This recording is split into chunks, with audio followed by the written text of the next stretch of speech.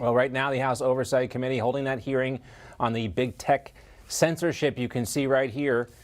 This is FBI lawyer James Baker now stepping before the microphone. A lot of questions about his role in all this. We've seen Chairman James Comer and Republicans grilling other Twitter executives as well, including Vijaya Gadde, who was in charge of really the whole program, and Yoel Roth, who was in charge of their safety platform. Now, these, again, are the three witnesses that we're hearing from today. Heard from some of them already. You see Vijaya Gadde there, James Baker, who looks like he's at the microphone now, and Yoel Roth. All of their misdeeds brought to light in part because of the Twitter files. Yes, it was Twitter's new CEO, Elon Musk, and a group of independent journalists released the information which showed Twitter's coordinated cover-up of the Post story right here and the collusion with the Biden administration. Now, take a listen, folks. This is how James Comer and Ranking Member Jamie Raskin are approaching today's big hearing.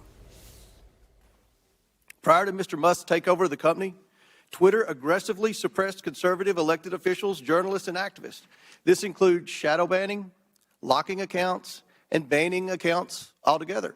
This morning, we return not to focus on advancing this robust agenda of progress, but instead to take up an authentically trivial pursuit, all based on the obsessive victimology of right-wing politics in America. The majority has called a hearing.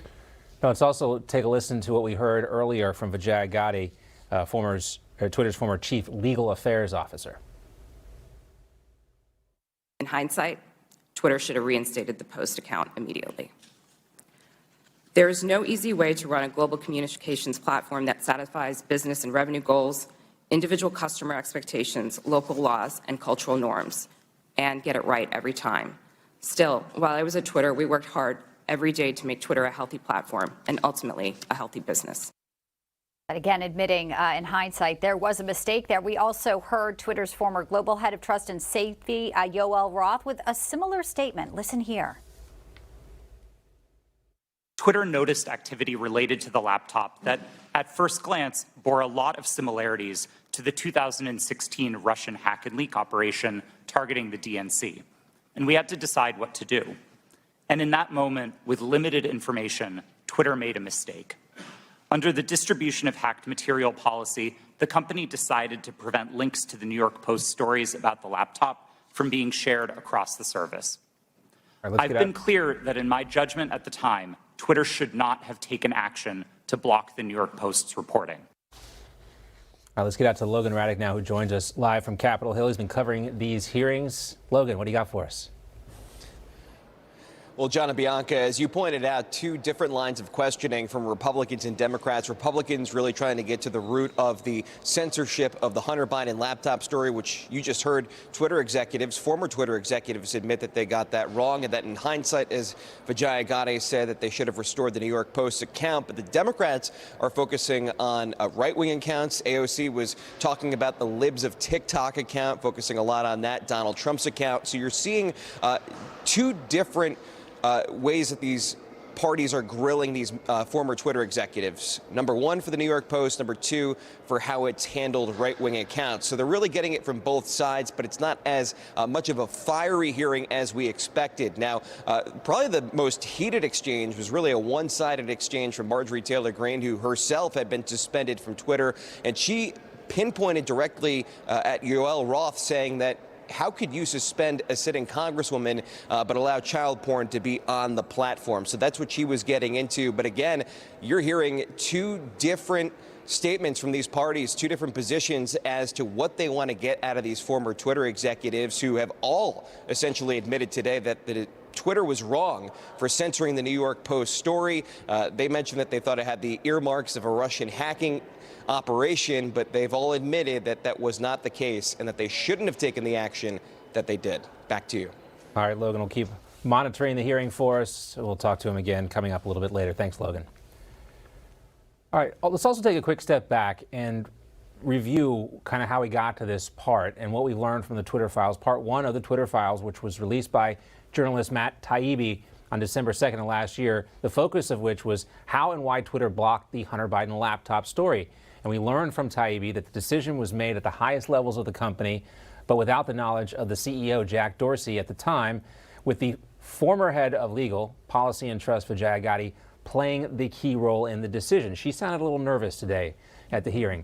It was also exposed that the top Twitter executives questioned in this decision were directly involved in this. Here is a specific email between Gotti and Roth. Quote, "I'm struggling to understand the policy basis for making this as unsafe, or marking this as unsafe. We'll face hard questions on this if we don't have some kind of solid reasoning." And it didn't sound like they really had that. And No. they're admitting it now. Oh, sorry. Hindsight. You know, we're doing our best. But, you know, you've seen the polling, Bianca. There's like, you know, a lot of people feel like this changed the outcome of the election. Of course. And, you know, now here we are in that moment. And so they're going back and forth. They did it anyway. And then you have part 7, which was journalist Michael Schellenberger. His Twitter files wrote about how the FBI and intelligence community then discredited factual information about Hunter Biden's foreign business dealings, both not only before, but also after the New York Post revealed the contents of his laptop. That was October 14th, 2020, before the election.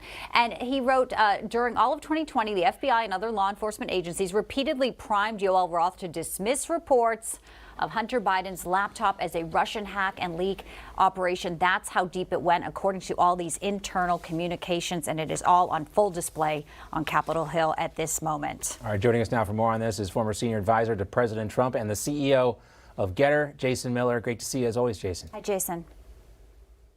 John, Bianca, hi.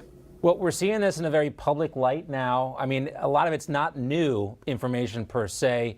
I think there is somewhat of a cathartic effect to hear these executives testifying and admitting that they messed up. But what do you think the GOP can actually hope to accomplish from this hearing today? We can't go back in time and change the outcome of the election. You can't, but you can look forward to 2024 and you can see exactly what's going to happen again if we don't go and drive a stake in the heart of this censorship and this political discrimination. I think you set it up perfectly. The only reason why this hearing is even happening today is because Twitter got caught. They released the Twitter files of everything these executives had done, and now it's all coming to light. I thought it was interesting that James Baker, the former deputy counsel at Twitter, who, by the way, was at the FBI and then magically moves over to Twitter 5 months before the election. I'll just let that one hang out there for a moment. The fact that he opens up today before he's even asked a single question saying, I didn't participate in any conspiracy of anything unlawful or unethical, before he's even asked a question. He's trying to use very legal terminology to state his innocence. But if we don't go and call this out right now and expose it, it's going to happen again. Yeah, that's the concern. And we may never have known this. First, if the laptop was never dropped off and left, if Elon Musk never bought Twitter, I mean, all the dominoes that fell. Now we have the Republican-controlled House. We're looking at some of the images from earlier where they're putting it front row here in center. I mean, Comer's been waiting for this moment. So is Jim Jordan, because people are demanding transparency. So now we have them on the record. Okay, Jason, people are like, okay, great. They admitted they shouldn't have done this. But now what happens next? I think that's been some of the criticism, like another hearing on Congress. Do you think this time will be different? Do you think this time, because of the ramifications and how widespread, how deep it is, there could be something potentially criminal here that they follow up on? Well, so that's a great question, because going back to what I just said about James Baker, the former deputy counsel at Twitter, the fact that he opened up his remarks by saying, I did not do anything unlawful, that's very legalistic language to go and use. It really surprised me that he was doing that. But when you say what can actually come of this, I look to 2024 and the other aspects of censorship and political discrimination that we see going on. For example, what DirecTV is doing to Newsmax, for example. It's not going to stop here with Twitter just because Elon Musk took over. They're already looking ahead. Yeah, it's interesting, too, Jason, you bring that point, because when you hear Democrats, they're really using this hearing to try and defend Hunter Biden, trying to defend Joe Biden, not really trying to get to the heart of what the issue is, and that's censorship on a tech platform that enjoys a lot of special privileges because of Section 230, which is a federal law. They're missing that point, which is, I think, a little bit disappointing. But there are some similarities here, as you indicated, between the censorship of the Hunter Biden laptop story in the New York Post and what DirecTV is doing to Newsmax. They only care about one side of the story, and that is why Newsmax is being censored on AT&T and DirecTV, and it's why the Hunter Biden laptop story was censored in the first place. Exactly. And as we look back to 2020, polling shows that 1 out of every 6 Biden voter would have voted differently if they knew about the Hunter Biden laptop scandal, if they knew about the New York Post story that, as we're hearing today, was censored over and over and over. In the legalistic language of folks like Jim Baker saying, well, I don't recall if I spoke with the FBI that day.